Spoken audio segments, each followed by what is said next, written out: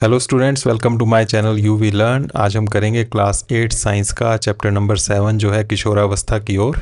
इसकी एक्सरसाइज के question answers, और हर बार की तरह ये क्वेश्चन आंसर्स भी रहेंगे बिल्कुल शॉर्ट एंड इजी, ताकि आप इनको इजीली लर्न कर सकें। तो चलिए शुरू करते हैं इन क्वेश्चंस को। यहाँ फर्स्ट क्वेश्चन है, शरीर में होने वाले परिवर्तनों के लिए उत्तरदायी अंतःस्रावी ग्रंथियों द्वारा स्रावित पदार्थ का क्या नाम है। तो हमारे शरीर में अंतःस्रावी ग्रंथियाँ होती हैं जहाँ से ब्लड में केमिकल्स निकलते हैं, रसायन निकलते हैं। तो उन रसायनों को क्या कहते हैं वो आपको पूछा है यहाँ पर। तो उसका नाम है हार्मोन। तो अलग अलग तरह के हार्मोन निकलते हैं हमारी बॉडी में, जिनके अलग अलग काम होते हैं, हम आगे के क्वेश्चंस में देखेंगे वो। तो ये नाम आपने याद रखना है, हार्मोन।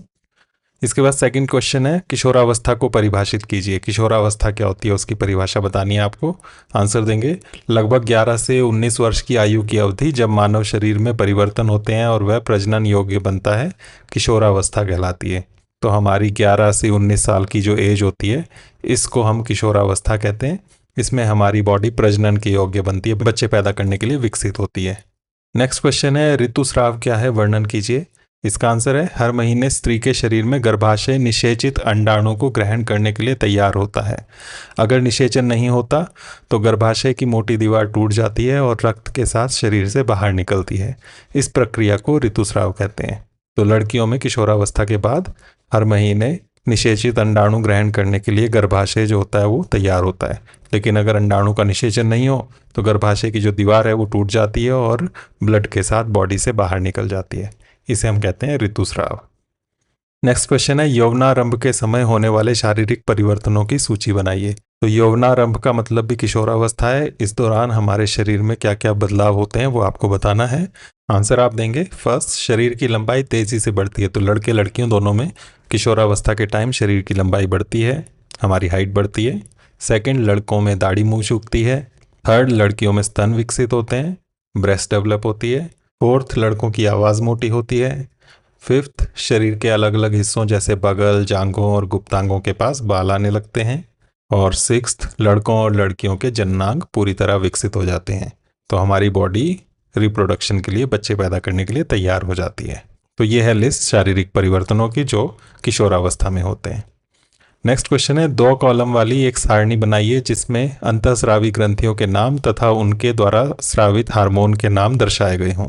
तो अंतःस्रावी ग्रंथियां कौन कौन सी हमारी बॉडी में वो बताना है, और उनसे कौन कौन से हार्मोन निकलते हैं वो बताना है। तो इस तरह से आप आंसर देंगे। ये 2 कॉलम का बॉक्स बनाएंगे। फर्स्ट यहाँ पर हम लिखेंगे अंतःस्रावी ग्रंथि, और दूसरे कॉलम में स्रावित हार्मोन, जो हार्मोन निकलता है। तो पहली ग्रंथि है ये वृषण, लड़कों में होती है ये।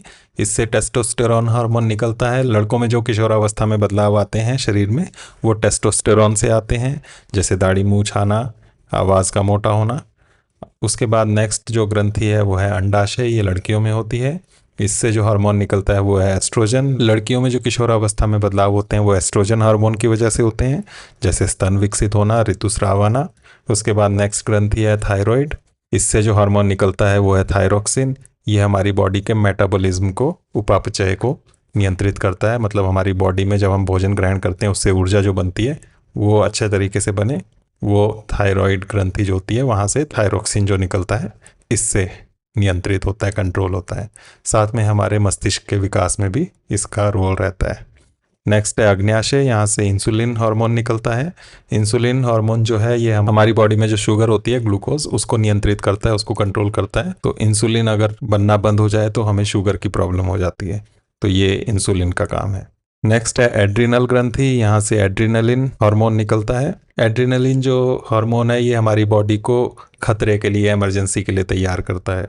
और उसके बाद लास्ट है पीयूष ग्रंथि। पीयूष ग्रंथि जो है ये वृद्धि हार्मोन यहाँ से निकलता है। हमारी बॉडी जो विकसित होती है, बढ़ती है, वो पीयूष ग्रंथि की वजह से बढ़ती है। साथ में बाकी जो अन्य ग्रंथियाँ हैं उनको भी ये कंट्रोल करती है। ये ग्रंथियाँ हमारी बॉडी में कहाँ कहाँ होती हैं वो आप इस चित्र में देख सकते हैं। इसके बाद नेक्स्ट क्वेश्चन है, लिंग हार्मोन क्या है, उनका नामकरण इस प्रकार क्यों किया गया, उनके प्रकार बताइए। तो लिंग हार्मोन क्या है, तो उसका आंसर, लड़कों में वृषण से उत्पादित टेस्टोस्टेरॉन और लड़कियों में अंडाशय से उत्पादित एस्ट्रोजन को लिंग हार्मोन कहते हैं। तो जो हमने पहले भी बात की, लड़कों में जो ग्रंथि है वृषण, यहाँ से टेस्टोस्टेरॉन निकलता है हार्मोन, और लड़कियों में अंडाशय से निकलता है एस्ट्रोजन हार्मोन। इन्हें कहते हैं लिंग हार्मोन। और इनका नाम ऐसा क्यों रखा गया, तो इसके लिए आंसर है इन्हें यह नाम इसलिए दिया गया क्योंकि ये किशोरावस्था के दौरान लड़कों और लड़कियों में होने वाले परिवर्तनों को नियंत्रित करते हैं। तो लिंग मतलब लड़का और लड़की, और लड़के लड़की में डिफरेंस आता है इन्हीं हार्मोनों की वजह से, इसलिए इनका ये नाम है। और इनके काम क्या है, प्रकार्य मतलब कार्य, काम तो लड़कों में चेहरे के बाल, लड़कियों में स्तन का विकास, ऐसे गौण लैंगिक लक्षणों का विकास करना इनका काम है। तो लड़के और लड़कियों में बॉडी में जितने भी डिफरेंस आते हैं वो इन्हीं हार्मोनों की वजह से आते हैं। नेक्स्ट क्वेश्चन है सही विकल्प चुनिए। फर्स्ट पार्ट है इसमें किशोर को सचेत रहना चाहिए कि वे क्या खा रहे हैं, क्योंकि तो किशोरावस्था में हम क्या खा रहे हैं उसका ध्यान रखना चाहिए। क्यों ध्यान रखना चाहिए, 4 ऑप्शंस हैं। उचित भोजन से उनके मस्तिष्क का विकास होता है। नेक्स्ट है शरीर में तीव्र गति से होने वाली वृद्धि के लिए उचित आहार की आवश्यकता होती है। नेक्स्ट किशोर को हर समय भूख लगती रहती है। या लास्ट किशोर में स्वाद कलिकाएं यानी कि ग्रंथियां भली भांति विकसित होती हैं। तो इसका सही आंसर है शरीर में तीव्र गति से होने वाली वृद्धि के लिए उचित आहार की आवश्यकता होती है। तो हमारी बॉडी तेजी से बढ़ रही होती है किशोरावस्था में, इसलिए हमें खान पान का अच्छे से ध्यान रखना चाहिए।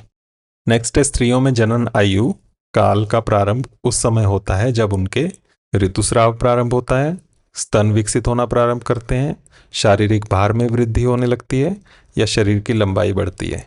तो लड़कियां किस उम्र में बच्चा पैदा करने के लिए तैयार होना शुरू करती हैं, वो कैसे पता चलता है, तो इसका आंसर है फर्स्ट ऑप्शन, ऋतुस्राव जब प्रारंभ होता है। तो ये आप आंसर लिखेंगे।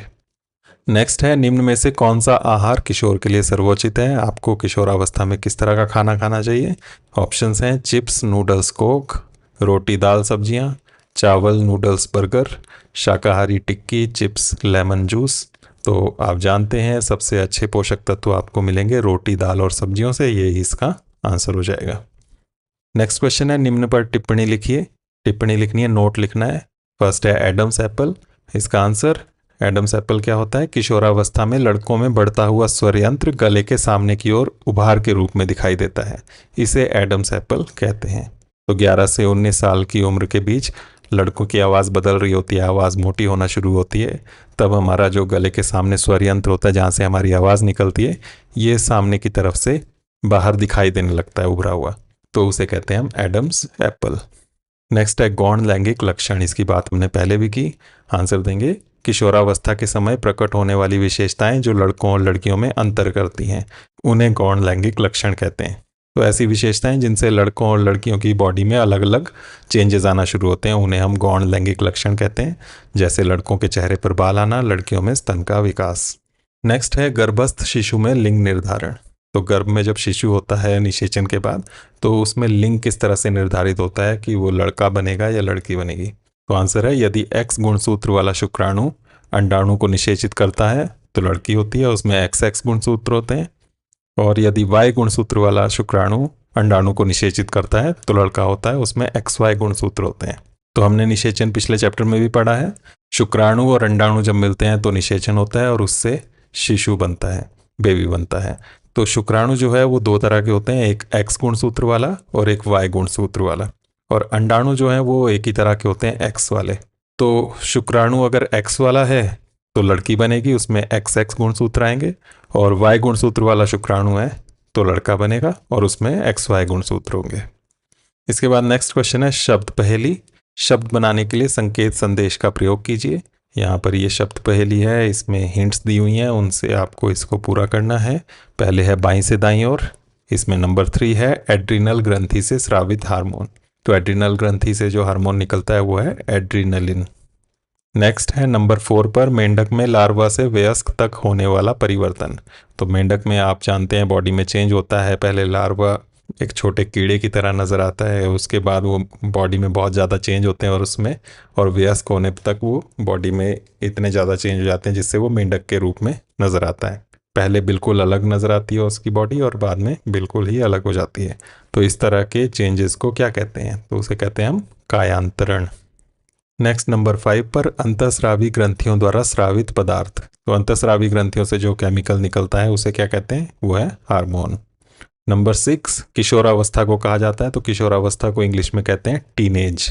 तो टीन एज, टीनेज क्यों कहते हैं, क्योंकि हमारी एज जो होती है 13, 14, 15, 16, 17, टीन आता है उसमें, इसलिए इस एज को टीनेज कहते हैं। नेक्स्ट ऊपर से नीचे की ओर, फर्स्ट अंतःस्रावी ग्रंथियों का दूसरा नाम। तो अंतःस्रावी ग्रंथियों को और क्या कहते हैं? तो उसे कहते हैं हम नलिका विहीन, क्योंकि इनमें नलिका नहीं होते, इनमें छिद्र नहीं होते, डायरेक्ट ये ग्रंथियां ब्लड में, हमारे खून में हार्मोन छोड़ती हैं, तो इन्हें नलिका विहीन कहते हैं। इनमें कोई नलिकाएं, पाइप्स नहीं होते। नेक्स्ट है स्वर पैदा करने वाला अंग। तो हमारी बॉडी का पार्ट जिससे हमारी आवाज़ निकलती है, गले में जो होता है, उसे क्या कहते हैं? तो उसे कहते हैं स्वर यंत्र। नेक्स्ट नंबर 3 पर स्त्री हार्मोन बताना है। स्त्री हार्मोन का नाम है एस्ट्रोजन। इसके बाद लास्ट क्वेश्चन है, नीचे दी गई सारणी में आयु वृद्धि के अनुपात में लड़कों एवं लड़कियों की अनुमानित लंबाई के आंकड़े दर्शाए गए हैं। तो ये आंकड़े दिखाए गए हैं। इन आंकड़ों में दिखाया है कि उम्र के हिसाब से लड़के और लड़कियों की हाइट कैसे कैसे बढ़ती है। लड़के एवं लड़कियों दोनों की लंबाई एवं आयु को प्रदर्शित करते हुए एक ही ग्राफ कागज पर ग्राफ खींचिए। तो इसका ग्राफ बनाना है, लेकिन आपको ग्राफ बनाने की ज़रूरत नहीं है, वो ग्राफ भी आपको क्वेश्चन में ही दिया हुआ है। तो ये वो ग्राफ है।